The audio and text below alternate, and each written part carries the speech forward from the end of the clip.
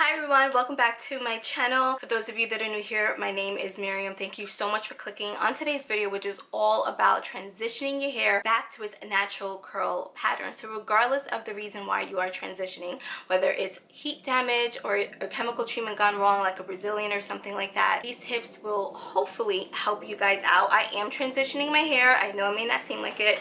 It's in a bun, so I'm going to take it down just so that you guys can see it. I'm almost done. It's been a 2-year process. But this is basically what my hair looks like. Keep in mind it has been up, and when you have it up the curls do stretch out just a little bit, but it's practically all of my hair. The ends are a little bit damaged and still has some straight parts, but for the most part my curls are back, and since it's longer and tighter I'm able to hide those damaged pieces a little bit more. So I'm gonna put this sucker back because it's driving me crazy today. So I'm sharing with you guys some of the things that I did in the very beginning of my journey. Some of these things you may or may not have heard before. I just want to say that do your research, pay attention to your hair, know where your curl type is, and you know, different products and methods and techniques, etc. is going to vary person to person because our hair is just different, you know what I mean? So I'm just sharing what worked for me and hopefully it will work for you. Alright, so my first tip may seem like a no-brainer, but I have to say it. Stop using heat, like altogether. I hear so many people say that they want to get their hair healthier, they want to get their curls back, etc. So they're going to start using less heat. They're only going to blow dry their hair twice a week. They're only going to use a flat iron once a week. No, stop the heat altogether. If you want your hair to be healthy and you are trying to go back to your natural curl pattern, you have to stop using the heat. At least in the very beginning. Like I said, seems like a no-brainer, but I have to say it because you just have to. You have to stop using the heat. Just cut it out, break up with it. You know, maybe you'll go back later, but for now, say bye. So the second thing that I did was I washed my hair less frequently. I know this may seem really disgusting, but it's true. I would wash my hair like once a week, but I stretched it out as far as 2 to 2.5 weeks. I did that because my hair was so badly damaged. It was so fragile that every time I washed my hair, I lost a lot of hair. And yes, fallout is completely normal, but you guys, like, I'm not exaggerating to you. My hair was falling out from the scalp and it was breaking off. So to minimize further breakage and damage and fallout and all that stuff, I washed my hair less frequently. The third tip right along with that one is I started to pre-treat my hair before wash day. Some of you guys may hear this as pre-pooing with pre-shampoo, whatever. But essentially what I did was the day before I washed my hair, I would detangle it. So basically I was detangling it while it was dry. I would section it off into little tiny squares in my head, and I would gently comb out each section, and I would use an oil. And I'm going to show you the oil that I used. I use this Vatika Naturals Enriched Coconut Hair Oil. This is basically what it looks like, and I show this in my wash day routine, which I will link somewhere here in the cards and in the description box so that you guys can check it out. But I would apply this to each section of my hair as I gently combed it out. And when I tell you guys I was gentle and I took my time, I am not exaggerating. It would literally take me about an hour to detangle my hair. I was just trying to be so careful with it because it was so badly damaged. It was just breaking off all the time. So I really took my time to detangle it, and then I would just put it in like a little knot and hold it in place with a bobby pin. I didn't put it, you know, tight or anything like that. Put Bantu knots in my hair. I'll include a clip or a picture or something because I know I've showed this before on my channel. But that's what I did to pre-treat my hair, so that the day that I washed my hair, which was always the following day, it was just so much easier for me to detangle my hair, and it really helped to lessen the fallout and the breakage that I was experiencing. The next thing was I established a routine and I stuck to it. I was religious with my routine, and I think this is really important. Like, it was a date with myself. It was a day of self-care with my hair, and I stuck to this for like 10 to like 11.5 months. But I washed my hair. I always used a deep conditioner or some type of like mask. I had the same method, same techniques. I sectioned my hair off. I applied my you know, leave-in and stylers and all that stuff, and I really took my time with it. So I think it's really important to establish a routine and that you stick with it and be as consistent as possible. This also includes like your night care routine when it comes to your hair and how you treat it and how you sleep with your hair. We'll get to that. All right, so the next thing along with routines and all that jazz is stick to the same products and make sure that you're using things that do not have any harmful ingredients. So I made sure that things were sulfate free, paraben free, etc. I did not introduce anything new into my journey because I was terrified. I was scared. I didn't know how my hair was going to react, so I stuck to the same things, and I think that's part of the reason why the journey was a little bit faster for me than I anticipated. My hair doesn't grow crazy just in general, but I do feel that sticking to the same products and sticking to products that were natural and that were good for my hair really helped with this whole process. I don't have all of the products that I use, but I'm going to show just some of the things that I used then that I still use now. So I already showed you guys the Vatika Coconut Hair Naturals. This is used best at night. You leave it on overnight. So I would use this to help detangle my hair. I also would use the Jamaican Black Castor Oil Tropic Isle Living. It doesn't have to necessarily be this brand, but this is the one that I got. This is the one that I still continue to use. So I would use this to help me detangle my hair, and I would also use this as a nightly oil treatment. I would just rub it into my scalp, you know, gently with like, I would apply with like a Q-tip or like the bottle with a nozzle. You don't have to do an oil every single night. I was just being extra because I was desperate. Like, real talk, I was really desperate, and I was like, curls, hair, I need you to grow, I need you to stop pulling out, and I need you to strengthen. So I did this every night, but again, you don't have to do that. I was just being extreme. But this is the oil that I used in the very beginning before I started incorporating other oils like, you know, tea tree and peppermint and coconut and almond oil and, you know, avocado oil and all that jazz. This is one that I use to just really help to, you know, grow my hair and strengthen it and all that jazz. As a deep conditioner, like a conditioning mask, I use the Vatika Garlic Deep Conditioning Hair Mask. I showed this also in my wash day routine. There's another mask I use from DevaCurl. I think it was the Believe In, and I would switch between this one and that one. I love this stuff. This too is also really great to help to repair your hair, to restore it. It's gonna help, you know, if your hair, if it's weak and brittle and it's breaking. So I feel like this really helped as well. Some other things that I would use for my hair, like tools, were flexi rods. I picked these up because my hair was so bad. I will show pictures. My hair was so bad, it was so straight, that when I would apply my products, I had to manipulate my curls. I had to trim them basically. So that's like another tip, you know, in terms of like methods.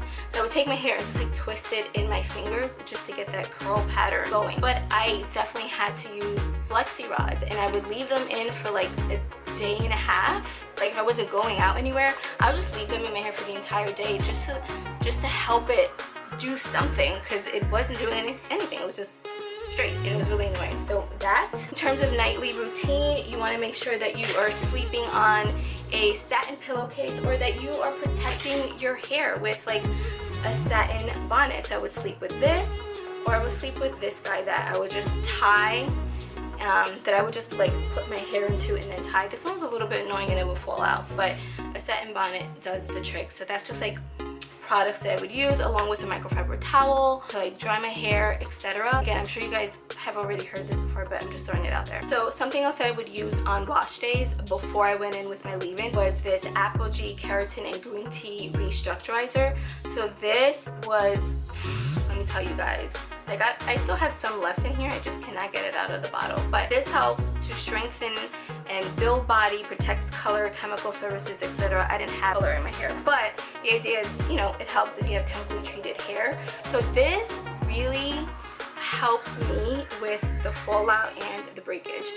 So after I washed my conditioner off, I would spray this onto my hair in sections, gently comb it through, then apply my leave-in. I don't remember which one I was using at the time, but it was also a spray, and then I would, you know, continue with my routine. So those are just some products that I use, and I stuck to that religiously, like I said, for like 10 to 11 and a half months. Something else to help is do some type of oil, not treatment, but like use an oil to massage it into your scalp. So you want to massage your scalp, you want to give some love. I also did the inversion method, you guys. Like, I tried everything because I was desperate. So just flip your hair upside down, your head upside down, and then just gently like massage your hair. You want to get that blood flowing into those regions. And yeah, so that's basically something else I did. I was giving myself frequent scalp massages. Next, find an easy protective hairstyle for you.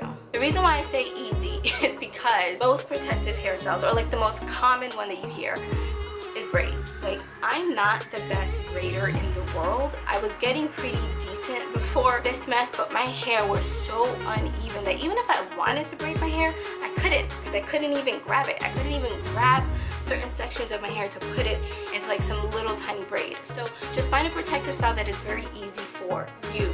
So I would always, unless if it wasn't loose, I just had it in a very low bun, not tight. I didn't do anything that would force my hair to be super tight and slicked back, but I just had it in a very loose little bun. I used a little scrunchie. I only wrapped around like once, twice max. If I had to go out, I just put a baseball cap. I started buying hair scarves and just wrapping my hair in there. You just gotta find something that works for you, something that's easy, something that you can do and that works for your lifestyle. Next tip is to get frequent trims. Every 4 to 6 months is when you should be getting your trim. So if you are not at that place where you can do like the big chop, that's kind of like where I was. For me to do that, it would basically mean that I would have to have gotten a fade, and like I was not ready for that big I was not ready for that, no. So I cut my hair like to like right above my shoulders, and then I just went to get a trim every 4 to 6 months. I went to Ona. I'll leave her IG here so you guys can check her out. I absolutely love her. She was amazing, and the frequent trims definitely helped with growing my hair and with this entire process. So, you know, if you want to wait until you grow most of the damage out before you get that cut, you can definitely do that. But if you can do it slowly like I did, you want to make sure that you're trimming off all of that damaged hair. The next 3 are some things that we forget about that is good to remember. So you want to eat nutrient-rich, dense foods that are going to help you from the inside out. You want to eat your healthy fats, your proteins, your avocados, all of that good stuff, your iron. It's so important. I made a ton of smoothies. Like, smoothies have always been my thing, but I did my research to make sure that I was eating the foods that were going to help me just make my hair as healthy as possible. So I definitely recommend that you guys make sure that you're eating good. Make sure you're eating good and that you're healing yourself from the inside out. Do you know what I mean? Alright, so the next thing are supplements, primarily biotin. So definitely find something for you to take every single day and be religious with it. Keyword with this entire journey is to be religious and consistent with everything, because that is only going to help you during this process. So the one that I used was the Puritan's Pride vitamins for the hair, beauty from within. Actually, my aunt got this for me. My aunt got me most of the products because, you guys, I was on struggle bus. But this is the bottle, and I was super consistent with this. So this one has a bunch of vitamins in it: vitamin D, niacin, folic acid, biotin, iodine, zinc, copper, magnesium, sodium, etc. So this is the one that I use. You just want to find something that works for you. If you just want to take regular biotin, you could definitely do that. But I'm just sharing the one that I use, and I really liked it. So give it a shot. The next thing is to think positive and try not to get too stressed. Stress just doesn't help any situation, but being stressed during this time is definitely not going to help. So you want to think positive, you want to minimize your stress, talk lovingly to your hair, affirmations. You know, I got to a point where I was getting so depressed every time I washed my hair because I saw how much was coming out, and I just was like, it was so frustrating. But as I got further along in my journey, it got to the point where the hair would fall out, and I would say, hey, you just couldn't hang. That's the weak hair leaving my scalp and making room for the goodness and for the strength and for the curls to come back. So just reframing your thinking and just really being positive, and like I said, loving your hair again during the journey, because it's going to be different. It's going to change, and as you go, the products will change, and how you do your hair and techniques and methods is going to change. But it's so important to be positive during this whole time and to just love yourself and love your hair at every single stage, which is hard to do. I'm not gonna lie. I would look at old pictures of myself. I would see someone on the subway that had hair like mine, and I would just feel so bad, and I would get so sad, and I would even cry about it. I know that sounds really dramatic, but it's true. Like, I would cry about it, but then I had to get over it, and I had to remember, like, the positive thing about this is my hair is going to be stronger and healthier than it's ever been, and my curls are going to be super tight, and I'm going to have that beautiful hair back, and everything's going to be great and dandy. But it's so important to not get too stressed out, and to just positive affirmations, positive love, a lot of TLC, and that is really going to help you in this journey. Alright, you guys, those are my tips. This is everything that I did in the very beginning of my transitioning journey, reverting back to my curls, getting my hair strong and healthy again, and getting it to grow. I really hope that it was useful for you guys and that you learned something. These are things that I'm still doing even now. It's a process. My hair is not exactly how it was, but I'm getting there. It is super healthy. It is like virgin hair. I still have to, you know, get some of my edges back, get the left side of my hair to grow, but it's there. I have my curls, and, you know, be patient. That's another tip. Just be patient. If I forgot anything, just check the description, because I'll list the products there, and if I remember something as I'm editing, I'll put it in the description box. I'll also link my blog so you guys can check that out. I have a bunch of posts of product reviews and curly hair tips and all of that jazz, so I'll leave that for you so you could go venture off over there. I really hope that you found this helpful. If you did, don't forget to give this video a thumbs up. Please subscribe if you haven't already done so. I would really appreciate it. And yeah, thanks again for watching. I'll catch you guys in the next video. Bye.